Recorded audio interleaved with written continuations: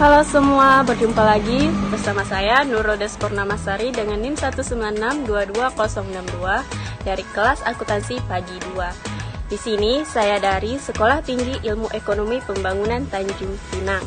Kesempatan kali ini saya akan membahas tentang materi yang telah saya buat, yaitu tentang quality cost.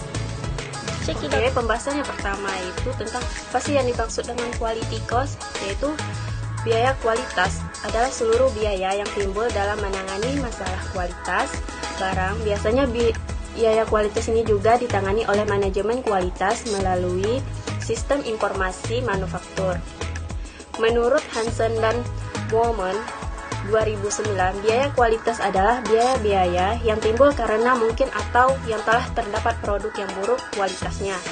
Menurut Garrison 2006, biaya kualitas adalah semua biaya yang harus dikeluarkan karena adanya barang cacat. Pembahasan yang kedua yaitu apa saja sih komponen biaya kualitas. Yang pertama itu biaya pencegahan. Yang kedua biaya penilaian. Yang ketiga biaya kegagalan internal. Yang keempat yaitu biaya kegagalan eksternal. Yang kita bahas yang pertama itu biaya pencegahan. Biaya pencegahan, adanya biaya ini bertujuan untuk mencegah setiap kesalahan atau masalah yang terjadi atas kualitas produk. Biaya ini juga dikategorikan sebagai biaya yang paling murah. Contohnya, biaya pencegahan ini terdiri dari pelatihan karyawan, proses kontrol, perencanaan kualitas, serta riset pasar, sehingga perusahaan ini menganggap biaya ini menjadi sebuah investasi. Yang kedua itu biaya penilaian. Sama dengan biaya sebelumnya, biaya penilaian ini juga dikeluarkan supaya kualitas barang tidak terjadi suatu masalah, sehingga biaya ini juga termasuk bagian dari inspeksi bahan baku yang bertujuan untuk memeriksa atau menguji produk atas proses pembuatan barang. Yang ketiga itu biaya kegagalan internal. Ini biasanya terjadi ketika adanya produksi barang yang cacat. Nah, biaya ini dikeluarkan karena produk tersebut tidak sesuai dengan standar kualitas. Contohnya seperti perbaikan produk yang rusak, biaya scrap atau downtime sebelum pembeli menerima barang tersebut. Yang keempat itu biaya kegagalan eksternal.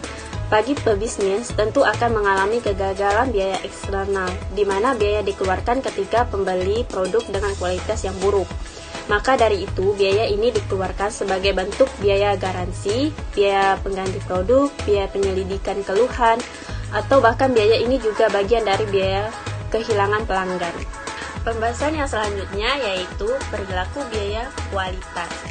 Menurut Nasution 2010-132 bahwa suatu perusahaan dengan program pengolahan kualitas yang berjalan dengan baik, biaya kualitasnya tidak lebih besar dari 2,5% dari penjualan. Setiap perusahaan dapat menyusun anggaran untuk menentukan besarnya standar biaya kualitas setiap kelompok atau elemen secara individual, sehingga biaya kualitas total dianggarkan tidak lebih dari 2,5% dari penjualan. Agar standar tersebut dapat tercapai, maka perusahaan harus dapat mengidentifikasikan perilaku setiap elemen biaya kualitas secara individual. Pembahasan yang selanjutnya yaitu strategi pengurangan biaya kualitas. Strategi pengurangan biaya kualitas yang direkomendasikan oleh American Society for Quality Control yaitu Hansen 2009-974. Yang pertama itu lakukan serangan langsung terhadap biaya-biaya kegagalan hingga mencapai titik nol. Yang kedua, lakukan investasi dalam aktivitas-aktivitas pencegahan yang benar untuk membawa perbaikan. Yang ketiga, kurangi biaya penilaian sesuai dengan hasil yang dicapai. Yang keempat, lakukan evaluasi secara berkelanjutan. Yang kelima, secara tidak langsung lakukan usaha-usaha pencegahan untuk mendapatkan keuntungan dan perbaikan selanjutnya. Dan pembahasan yang terakhir yaitu informasi biaya kualitas.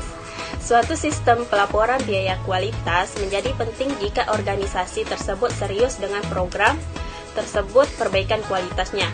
Laporan biaya kualitas dapat dijadikan parameter bisnis bagi perusahaan dan memberikan informasi penting bagi pihak manajemen dalam pengambilan keputusan untuk tujuan perusahaan. Sekian, terima kasih. Itu saja penyampaian materi saya. Apabila ada salah kata dalam penyampaian materi, saya mohon maaf. Dan saya akhiri dengan wabillahi taufiq wal hidayah. Assalamualaikum warahmatullahi wabarakatuh. Dadah.